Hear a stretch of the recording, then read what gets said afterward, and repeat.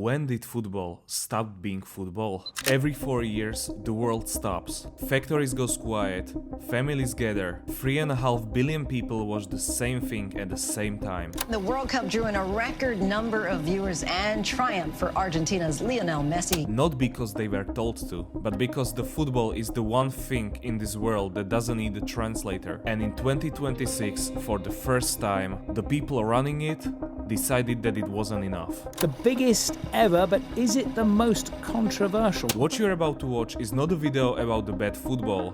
The football this summer will be extraordinary. This video is about everything around it. The decisions, the money, the politics, and what they say about where is this sport heading. I'm going to break it down for you, chapter by chapter. Let's get into it. By the way, I'm Jakub, this is Javorativ. This channel is where I cover the stories about the sports, the brandings, the identities, the decision no one talks about. If you are new here, subscribe and hit the like button, it helps a lot. Alright, chapter 1.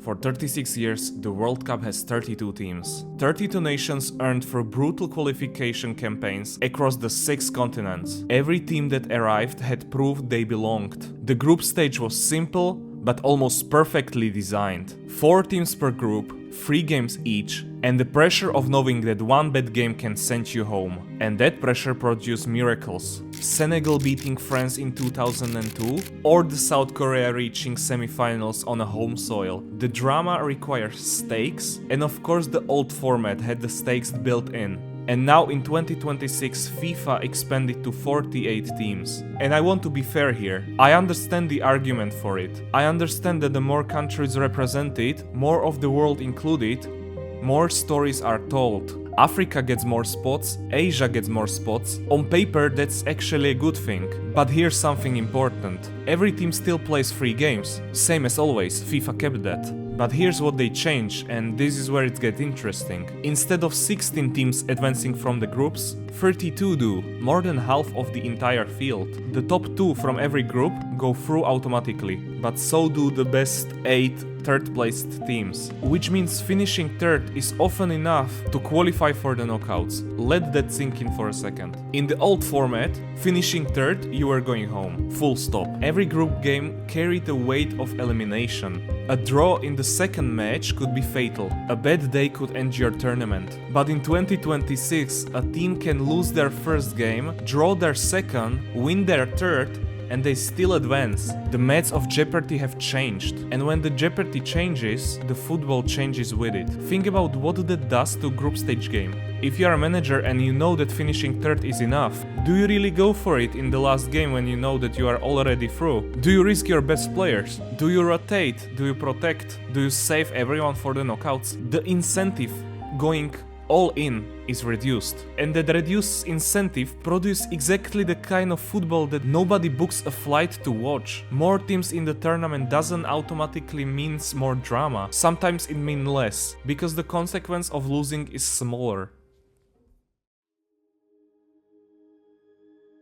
Super Bowl halftime show is one of the most watched television events on the entire planet. Beyoncé, Bruno Mars, Prince in the Rain in Miami, Shakira herself in 2020. It costs tens of millions to produce and commands as much attention as the game itself. For American sports, it works. The Super Bowl is entertainment first. Sport is a vehicle. FIFA noticed the viewing numbers and made the decision. So, July 19, 2026, World Cup final, MetLife Stadium, New Jersey. And for the first time in 96 years World Cup history, there will be a halftime show. Madonna, BTS, Shakira, curated by Chris Martin from Coldplay, produced by Global Citizen as a fundraiser for children education, which is genuinely a good cause. I want to be clear about that, but here's the problem that nobody seems to want to address directly. A football halftime is 15 minutes, a Super Bowl halftime show is 30 minutes. How exactly are the 3 of the biggest artists on the planet, with their full production, their staging, their lighting rigs, supposed to fit in 15 minutes? And the halftime show is not the only structural change. 2026 is also the first World Cup with mandatory 3 minutes hydration breaks midway through every single half, regardless of weather conditions. FIFA frames it as a player safety measure for extreme heat in some US cities. Critics frame it differently. Those breaks are advertising inventory. 3 minutes of broadcast time, twice per match, 104 matches. You do the arithmetic. In practice, 90-minute football match is now divided in 4 segments, like quarters, like an American sport. The BBC, one of the most respected sporting broadcaster in the world, reportedly decided they will not air the halftime show during their live broadcast. Instead, tactical analysis, player interviews, the football. Now, the BBC didn't make any official statement about this. They didn't need to, because their position is already clear. For BBC, the World Cup final is a sporting event of enormous historical and cultural significance, not a variety show with game attached. And I think that split between how FIFA sees this tournament and how BBC sees it tells you everything what is actually happening here. 2 institutions, 1 event, completely different visions of what it means. FIFA sees the World Cup final as a global entertainment property. The BBC sees it as a football match. Both of them are right about what they want it to be. The question is, which one is listening to the fans? Quick note, if you are watching this and you want to talk about this stuff with people that care, I have a Discord server, link is in the description. You can come and argue with me about the halftime show, about my point of view and your point of view. Seriously, I want to know what you think. Link is in the description and drop in. Alright, back to it, because we haven't even got to the tickets yet, and the tickets are something else. There has always been an unwritten understanding between the football and its fans. The sports belongs to everyone. The World Cup, above everything, belongs to the people. Not just the ones with the corporate passes or the expense accounts. The ones who saved for 4 years, who flew across the world, who painted their faces and sang the songs for 90 minutes even though their team was 3-0 down. In 2026, FIFA tested that understanding and arguably broke it. FIFA introduced dynamic pricing for the first time in World Cup history. That means the prices of the tickets fluctuate based on the demand, like flights, like hotels. Group stage tickets started at around 50 euros, which sounds reasonable, but the final at MetLife Stadium up to 5,727 euros at base price, before the dynamic element even kicks in. And on FIFA's own official resale platform, and this is real, I'm not making this up, 4 seats for the World Cup final appeared at the combined price of $2.3 million. That's $575,000 per seat. Even Donald Trump said he wouldn't pay this price to see the USA play. When the man who owns the Golden Escalator tells you that your tickets are too expensive, you have a huge problem. The mayor of New York City launched a petition called Game Over Greed, calling on FIFA to introduce price caps for the resale tickets. FIFA did not respond. Hotels in the host cities reported a wave of cancellations. Fans who had planned their trips for years did the arithmetic. Flights, accommodations, tickets, and quietly and painfully gave up. The most popular sporting event on the planet was pricing out very people who made it the most popular sporting event on the planet. What gets me about this is the hypocrisy of it. FIFA constantly talks about growing the game, about football being for everyone, about the World Cup being the great equalizer. The moment when the whole world is equal and they price the normal fans out of the building and sell the remaining seats to the corporations and resellers, you can't say the football is for everyone and then charge $5,000 a ticket to the biggest match in the sport. Those two things doesn't coexist. One of them is marketing, the other one is truth.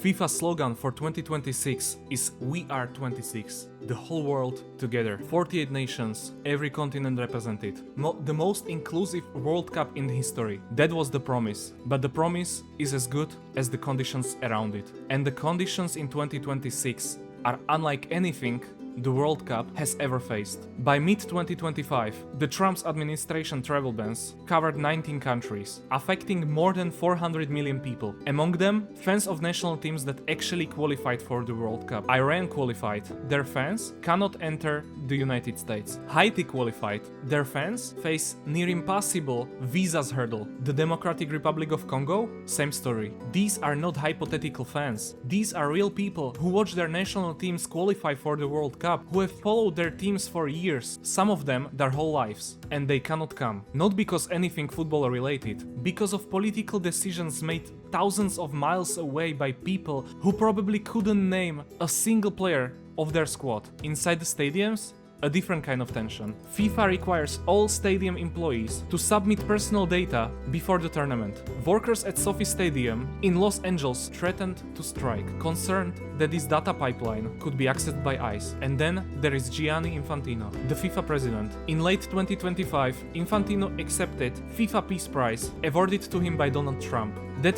That triggered a formal complaint to FIFA's own ethics investigators. FIFA ethics code requires up to 2-year ban from football for violating a duty of political neutrality. Whether that case goes anywhere, we'll see. But think about what that image represents. The president of the organization that runs the world's game, standing next to the most divisive political figure on the planet, accepting award from him, while the fans from 19 countries can't get visas to attend the tournament he is presiding over. That's not neutrality.